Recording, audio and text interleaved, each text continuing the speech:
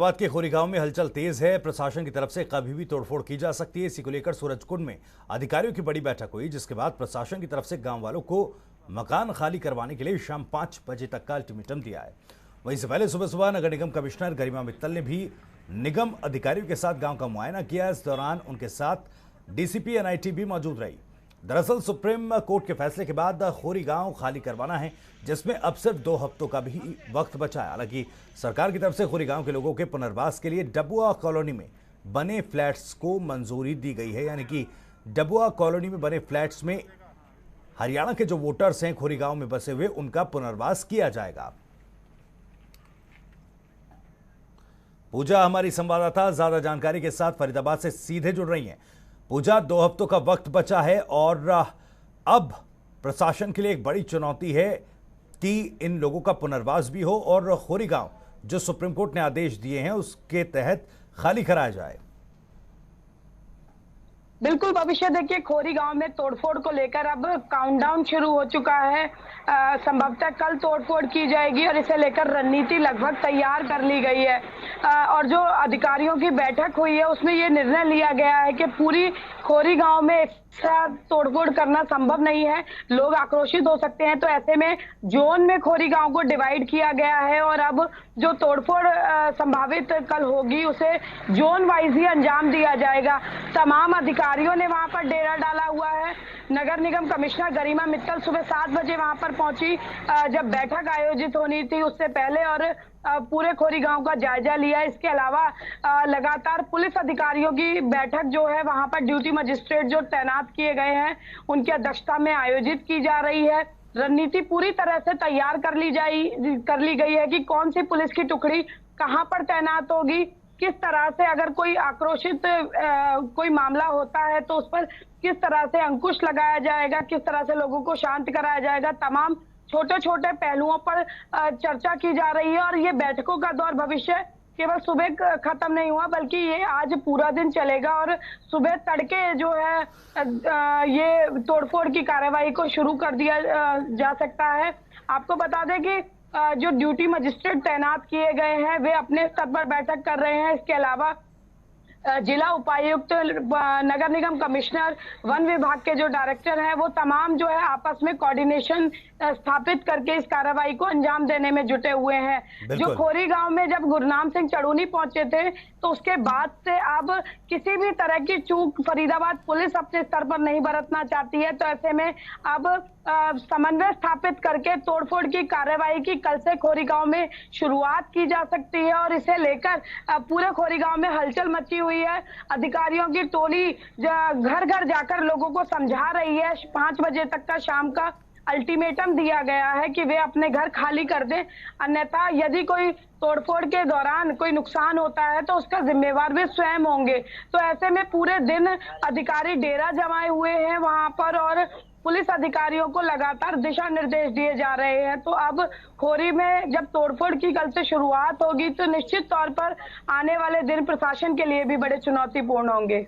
जी भविष्य। बिल्कुल पूजा, क्या किसी तरह का प्रतिबंध लगाया गया है? जिस तरह आपने बताया कि गुरनाम सिंह चड़ूनी जब महापंचायत में पहुंचे थे उस दौरान जिस तरह से कन्फ्लिक्ट आम लोगों और पुलिस के बीच देखने को मिला था, पुलिस को लाठीचार्ज करना पड़ा था, तो क्योंकि कल तोड़फोड़ हो सकती है प्रशासन की तरफ से, तो ऐसे में कल अगर कोई राजनेता या फिर किसी तरह का नेता यहां पर पहुंचता है तो हालात बिगड़ सकते हैं।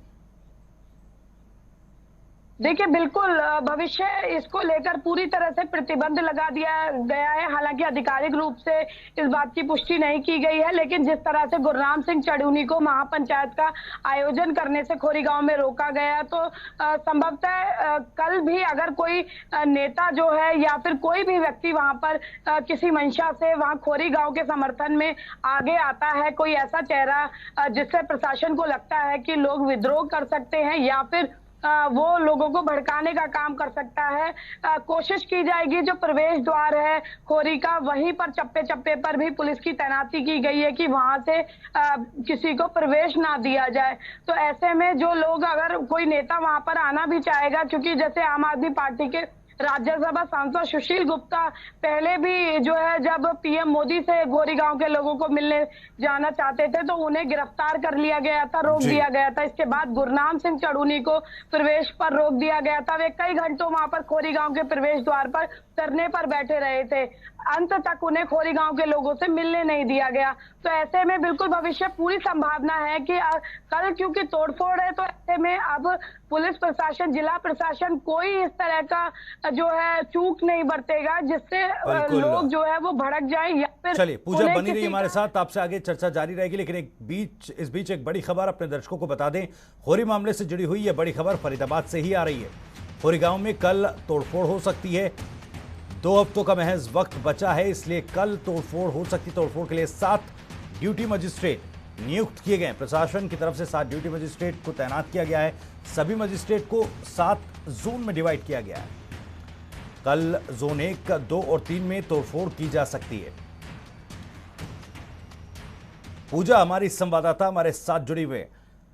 पूजा, जिस तरह से 7 ड्यूटी मजिस्ट्रेट तैनात किए गए हैं, जोनवार तरीके से उनको डिवाइड किया गया है। पहले, दूसरे और तीसरे जोन में कल तोड़फोड़ हो सकती है। ये रोड मैप जो तोड़फोड़ का बनाया गया है कितना कारगर साबित होगा, और क्या ऐसे में जो लोग, जहां पर जिस जोन में तोड़फोड़ होगी वहां के लोगों को पुनर्स्थापित करने के लिए क्या कुछ प्लान तैयार किया गया है? देखिए, अभी तक सर्वे पूरा नहीं हुआ है खोरी गांव का, इसीलिए जहां जहां सर्वे जिन जिन जोन्स में पूरा हो चुका है वहां पर प्रशासन जो है तोड़फोड़ के लिए वहां पर पहुंचेगा। और ऐसे में ये जो जोन डिवाइड किए गए हैं भविष्य, उसके पीछे भी मकसद यही है कि किसी तरह का आक्रोश ना हो। थोड़ा थोड़ा अगर करके खोरी गांव में तोड़फोड़ को अंजाम दिया जाएगा तो शायद पूरे खोरी गांव को खाली करवा लिया जाएगा, ऐसा पुलिस प्रशासन का, जिला प्रशासन का मानना है। तो उसी रणनीति के तहत कार्रवाई की जाएगी ताकि लोग एकजुट ना हो पाए। लोग जो है, बाकी जो बच्चे लोग हैं वो जब अपने आशियाना बचाने या अपने आप के पुनर्वास में जुटे होंगे तो उस वक्त जो बाकी जोन है वहां पर तोड़फोड़ की कार्रवाई को अंजाम दे दिया जाएगा। 5 बजे तक का समय दिया गया है। मलबा उठाने के लिए गाड़ियां मुलवा ली गई हैं।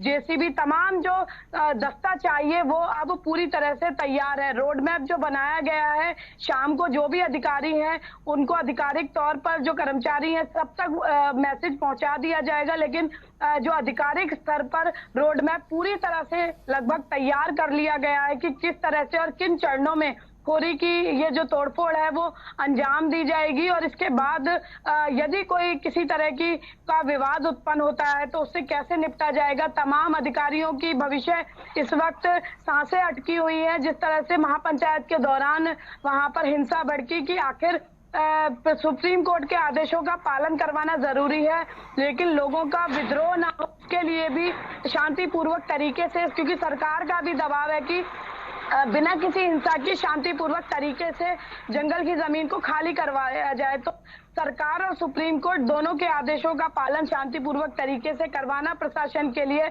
बड़ी चुनौती है। गरीब लोग हैं, धैर्य खो चुके हैं। हालांकि जब भी वो जाते हैं अधिकारी तो अधिकारियों को भी खरी खोटी सुनाई जाती है। वहां पर लोग इतने ज्यादा दुखी हैं, इतने ज्यादा दर्द में हैं, तो ये भी नहीं सोचते हैं कि यदि किसी अधिकारी पर उन्होंने सख्त टिप्पणी की तो हो सकता है उन पर कानूनी कार्रवाई हो। कहीं ना कहीं प्रशासन भी इस बात को समझता है कि ये लोग परेशान है, इसलिए उनकी बात को जो है दरकिनार कर देते हैं, अनसुना कर देते हैं। लेकिन निश्चित तौर पर भविष्य कल के लिए, खोरी गांव के लोगों के लिए कल का दिन जो है बहुत मुश्किलों भरा होगा और साथ साथ प्रशासन के लिए भी काफी जो है ये दिन जो है जटिल कुछ इस तरह की खबरें आ रही थी, क्योंकि जिन लोगों ने यहाँ पर प्रॉपर्टीज खरीदी हैं भूमाफियाओं से, जिनकी किस्तें चल रही हैं, ऐसे में जो भूमाफिया हैं वो हस्तक्षेप ये कर रहे थे। उनका एक अप्रत्यक्ष तौर पर हस्तक्षेप सामने आ रहा था कि जिन लोगों की किस्तें बाकी हैं वो बिना किस्तें दिए यहाँ से ना हटे। इस तरह की कुछ खबरें थी। तो क्या इस तरह का कोई हस्तक्षेप प्रभावित कर सकता है इस पूरी कार्रवाई को? बिल्कुल, देखिए भविष्य काफ़ी लोग ऐसे हैं जिन्होंने अभी तक किस्तों का भुगतान नहीं किया है और जिन पर भूमाफियाओं को भुगतान करना अभी शेष है। तो ऐसे में पता चला है सूत्रों के अनुसार कि कुछ भूमाफिया ऐसे हैं जो लोगों को इस तरह से भड़का रहे हैं कि यदि वे यहाँ से चले जाएँगे तो उनकी ये छत भी जाएगी और उसके बाद जो जहाँ उनका पुनर्वास भी नहीं होगा। तो ऐसे में उनकी कोशिश है कि किसी भी तरह लोगों को यहाँ रोका जाए, सरकार प्रशासन उनके आगे मजबूर हो और उनको यहीं पर झुग्गी के साथ जगह यही मकान उनके रहने दिए जाएं। तो ऐसे में उनका सीधा-सीधा मतलब यही है कि यदि लोग यहीं पर स्थापित रहेंगे तो उनको उनके जो बकाया भुगतान है, बकाया राशि है वो उनको मिल सकेगी। उन भूमाफियाओं पर भी पुलिस की नज़र है, प्रशासन की नज़र है और यही कारण है कि डीसी ने ऑर्डर दिए हैं कि भूमाफियाओं का पता लगाया जाए, जो भी नुकसान होगा उसकी भरपाई उन भूमाफियाओं से की जाएगी। इसके लिए लोगों को भी टटोला जा रहा है, लेकिन भूमाफियाओं की दबंगई के डर से लोग आगे नहीं आ रहे हैं। भविष्य आपको याद होगा कि हमने एक वीडियो दिखाया था जिसमें भूमाफिया जो एक औरत जो वो चीखती हुई नजर आ रही थी कि मारपीट की गई थी, जो भूमाफिया के गुर्गे थे उससे भुगतान के लिए आए थे। हमने इस खबर को प्रमुखता से दिखाया और उसके बाद प्रशासन जो है वो सख्ते में आ गया और तभी से भूमाफियाओं पर मुकदमा दर्ज किया जा रहा है। हमारे इस छोटे प्रयास से एक राहत लोगों को ये मिली कि अब जो आतंक खुलेआम भूमाफिया खोरी गांव में बरपा रहे थे, अब उस आतंक से कम उन्हें निजात मिली, क्योंकि कहीं ना कहीं लेकिन पूजा क्या, क्योंकि कई एफआईआर इस मामले में दर्ज हुई हैं, क्या ऐसे भूमाफियाओं पर नकेल कसने के लिए ताकि भूमाफिया लोगों पर दबाव ना बना सके और इस तरह इस कार्रवाई को प्रभावित ना कर पाए, किसी तरह की कोई गिरफ्तारी नहीं हुई है, ये भी एक बड़ा सवाल है। बिल्कुल, भविष्य देखिए लगातार मीडिया सवाल उठा रहा है कि आखिर वो भूमाफिया अभी भी खुलेआम घूम रहे हैं, लोगों को धमका रहे हैं। सरकार भी जो है इस बात को कह चुकी है कि जो जिन लोगों ने अवैध रूप से जंगल की जमीन पर घर बसाए उन पर कार्रवाई की जाएगी। लेकिन देखिए इतना बड़ा पुलिस तंत्र है, एक भी भूमाफिया ऐसा नहीं है जिस पर सख्त कार्रवाई की गई हो, केवल कागजों में एफआईआर जरूर दर्ज कर ली गई है। यही कारण है कि वे भूमाफिया जो है कथित रूप से अभी भी लोगों को भड़का रहे हैं, अभी भी जो है वे इस मकसद से जो है खोरी गांव के लोगों के बीच में जा रहे हैं ताकि उनकी बकाया राशि का वो उनसे वसूल सके। तो ऐसे में पुलिस की ये जो ढिलाई है निश्चित तौर पर जो कल की कार्रवाई है उसको भी प्रभावित कर सकती है, क्योंकि भूमाफियाओं की भी शह इसमें दिखाई दे रही है कि लोग यहाँ से ना जाएं। इसके लिए ये भी संभवतः है कि कुछ असामाजिक तत्व जो है वो हिंसा भड़काने की कोशिश करें। हालांकि पुलिस ने